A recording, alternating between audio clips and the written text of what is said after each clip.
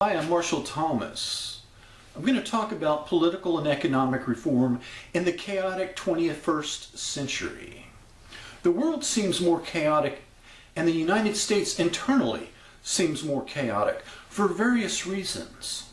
The post-World War II order is dependent upon the United States to enforce the peace of the world and to maintain a level playing field of a rules-based order. The continuation of peace and prosperity is only possible if this current system is reformed, strengthened, and maintained. If the current order collapses into an every man for himself, then a World War I type conflict will be fought among numerous nations using nuclear weapons. And it will take several generations to recover, if not longer.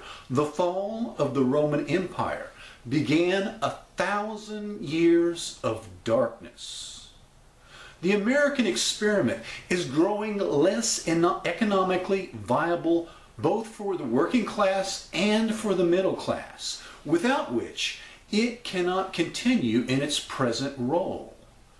The European Union, Japan, Korea, and other allied nations have been able to become stable and prosperous only by the virtue of the U.S. security umbrella. All of this could unravel in a fairly short order without an economically viable United States. To avoid a cascade of events, several things need to happen. All of life can be reduced to energy systems. The plants that support all other life forms on Earth, the cells within your body, everything is determined by energy systems. Any society that possesses a superior energy system is able to achieve more complexity within their society. A wood-burning civilization will be outcompeted by a coal-burning society. If the United States is to continue to lead the free world, we need an energy system that allows us a material advantage in the production, storage, and use of energy. Conservation has a role, but by itself, it is not the answer. For instance, to develop the Internet of Things and then go on to the next technological revolution that follows, we need to upgrade our energy system to a perfected form of nuclear energy called MSR, combined with an ideal form of solar energy production. This will allow us flexibility and virtually unlimited energy that it will take to move through the next two technological revolutions, beginning with the Internet of Things. This energy revolution will be a disruptor and will not happen unless political reform takes place. The reason that empires fail, the reason that empires come crashing to the ground, is because of rent-seeking behavior among the elites. The wealthy and politically powerful elite make their political and economic power inherited, and the vast fortunes are handed down from father to son. Political influence is used to gain more wealth, which is then used to gain more political power in a feedback loop.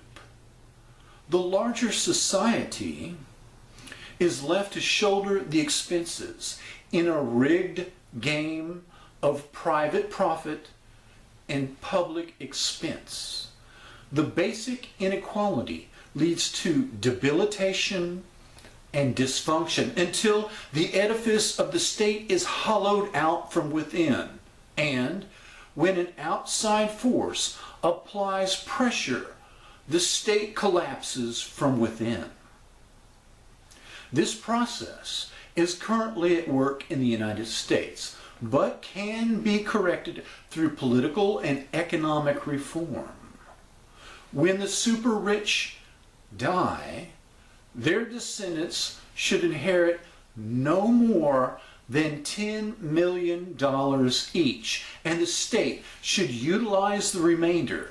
This Paris Hilton tax will not stop citizens from striving for great wealth and creating more for everyone else, but it will help stop the U.S. from going the way of the Ottoman Empire. If this policy were applied worldwide, it would lead to greater world stability as well. This type of internal political form will be impossible without decoupling money from politics. Virtually everything wrong in the United States society can be traced back to dysfunction in the legislative branch, owing to the influence of money paid by these vested interests. The economic collapse in 2008 should immediately come to mind. The failure to carry out critical reform afterwards, or even to punish those involved in criminality, is proof positive that the legislative branch has been captured by money from vested interests. The trust busting of 100 years ago is a good example of the robust internal reforms necessary at this time.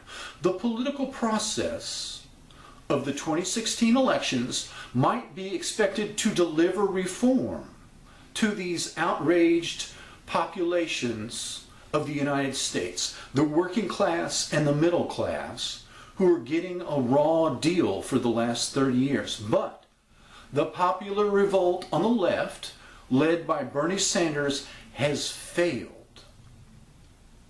The popular revolt on the right, led by Donald Trump, appears to be failing as well.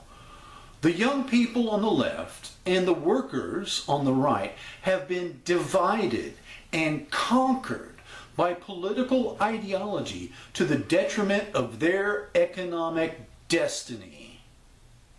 The two major political parties, in conjunction with the media, are acting as gatekeepers and defeating the popular revolt.